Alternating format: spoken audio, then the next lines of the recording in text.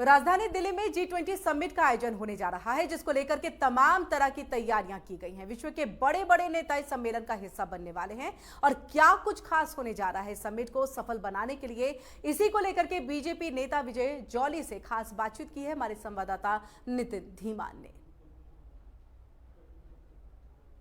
G20 की मेजबानी भारत कर रहा है और कई देशों के प्रतिनिधि भारत पहुंच रहे हैं।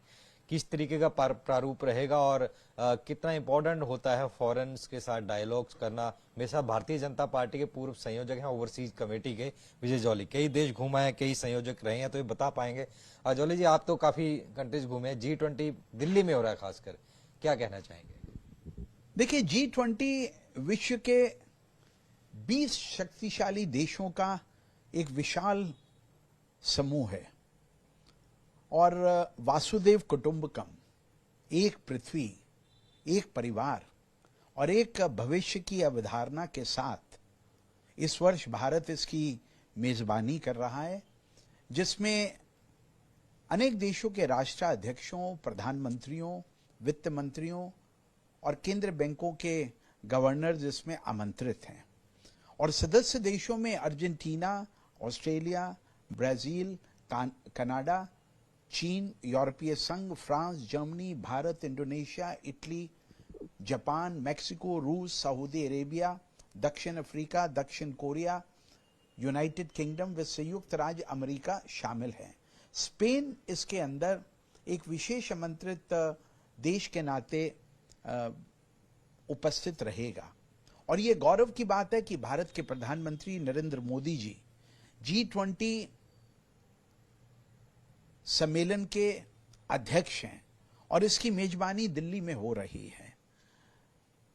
यह भी सच्चाई है कि ऐसे आयोजन होते रहें ताकि दिल्ली संवरती और साफ होती रहे। आज जो दिल्ली का एक नया प्रारूप हमें देखने को मिल रहा है, सड़कें साफ हैं, पटरियां पक्की बन रही हैं, चारों तरफ गमलों लगाकर दिल्ली का सौंदर्यीकरण हो रहा है और दिल्ली के वातावरण में भी G20 शिखर सम्मेलन की खुशबू आ रही है।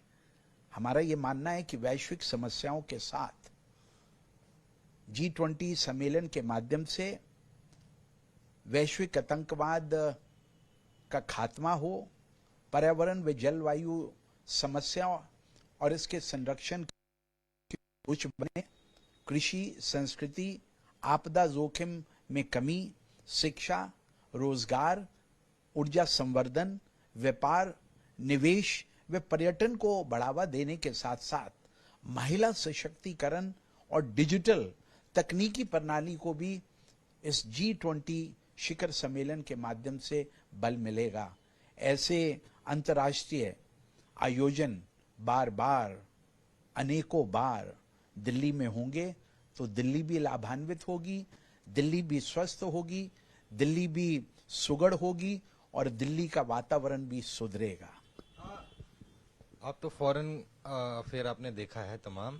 मैं जानना चाहता हूं कि कितना भारत का रुतबा बढ़ेगा, इतने देश आएंगे और यहाँ से देख के जाएंगे आगे, क्योंकि आगे के लिए पहली दफा हो रहा है, तो आगे के लिए कितना रास्ता खुलेगा? देखिए, मैं दुनिया के 90 देश पिछले 38 सालों में घूमा हूं और मैंने भारत की बदलती तस्वीर को भी देखा है।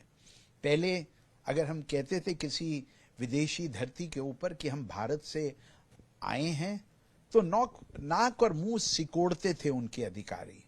और मैंने 2014 के बाद वो समय भी देखा है जिसके अंदर जो ही हम कहते हैं कि हम भारत से हैं, oh developing India, you are from Modi's India, ये जो अवधारणा में बदलाव आया है, मुझे लगता है आज दुनिया भारत की तरफ टकटकी लगाए देख रही है। और भारत जिस प्रकार से वर्तमान में चांद पर भी पहुंच गया है, आज भारत की वैज्ञानिक, तकनीकी और उनके साथ साथ भारत का जो मिलिट्री के क्षेत्र के अंदर प्रभुत्व दुनिया भर में हुआ है।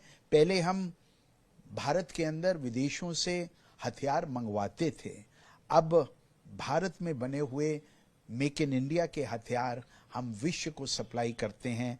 ये है बदलते भारत की तस्वीर, और G20 के माध्यम से भारत और सबल होगा, भारत और ताकतवर होगा, और अगली सदी भारत की होगी। उस अवधारणा को भारत के यशस्वी प्रधानमंत्री नरेंद्र मोदी जी के नेतृत्व में जो भारत विकास की राह पर बढ़ रहा है, मुझे लगता है ये आगे आने वाली हमारी पीढ़ियों को लाभान्वित करेगा। दिल्ली में हम देख रहे हैं जगह जगह भारत की संस्कृति से जुड़ी हुई चीजें प्रदर्शित हो रही हैं, चाहे फ्लावर्स हों, हाथी हों, तमाम चीजें। तो वो विदेशियों को क्या लगता है भारतीय संस्कृति तरफ अट्रैक्ट करेंगे?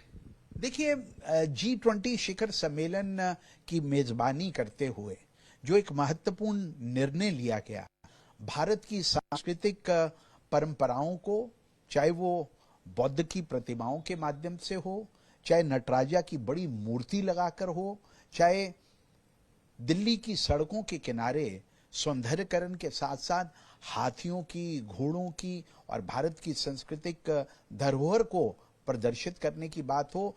जब भारत में विदेशी आएंगे, जब भारत के अंदर अमेरिका के राष्ट्रपति जो बिडेन और उनके साथ बड़ा प्रतिनिधि मंडल आएगा, जब ब्रिटेन के भारतीय मूल के प्रधानमंत्री ऋषि सुनाक आएंगे, या अनेक देशों के जो राष्ट्राध्यक्ष आएंगे, वो कम से कम भारत के इतिहास की एक झलक देख पाएं। इसके लिए मैं भारत के प्रधानमंत्री नरेंद्र मोदी जी और उनके समकक्ष बनी हुई इस पूरी टीम को बहुत बहुत बधाई देता हूं। और मैं इस G20 शिखर सम्मेलन के अंदर सभी राजनीतिक पार्टियां, सभी राजनीतिक दल और सभी सरकारों के मिले जुले भाव का जो एक संगम देखने को मिला है, काश ये भारत की राजनीति में भी संगम हम सबको देखने को मिले, ताकि लड़ाइयां खत्म हों, गिले शिकवे खत्म हों और विकास की राह पर बढ़ते हुए देश के लोगों को उनके